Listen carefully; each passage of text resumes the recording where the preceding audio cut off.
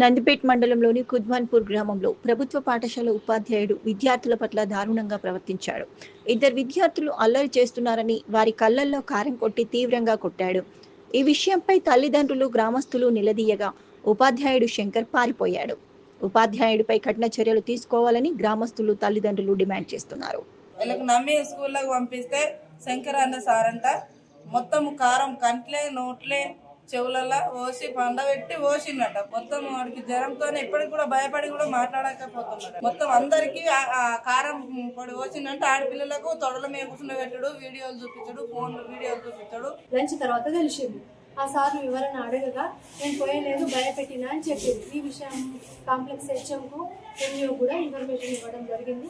సార్కి వివరణ కూడా ఇవ్వడం జరిగింది. ఒప్పుకున్నారు, భయపెట్టినా అని ఒప్పుకున్నారు సారు. విద్యార్థులేమో పోషణ మాకు అని చెప్పింది. ఆ ఉపాధ్యాయుడు ఈ రోజు నుంచి లీవ్ లో ఉండమని ఆదేశించడం జరిగింది. భవిష్యత్తులో ఇక్కడికి రాకుండా ఈ పాఠశాలలో మళ్ళీ అటెండెన్స్ కాకుండా మేము చర్యలు తీసుకుంటాం. ఈ అంశాన్నంతా కూడా డిఓ గారికి రిపోర్ట్ రూపంలోనూ అలాగే జరిగినటువంటి అంశాన్ని ఓవరాల్గా కూడా చెప్పడం జరుగుతుంది.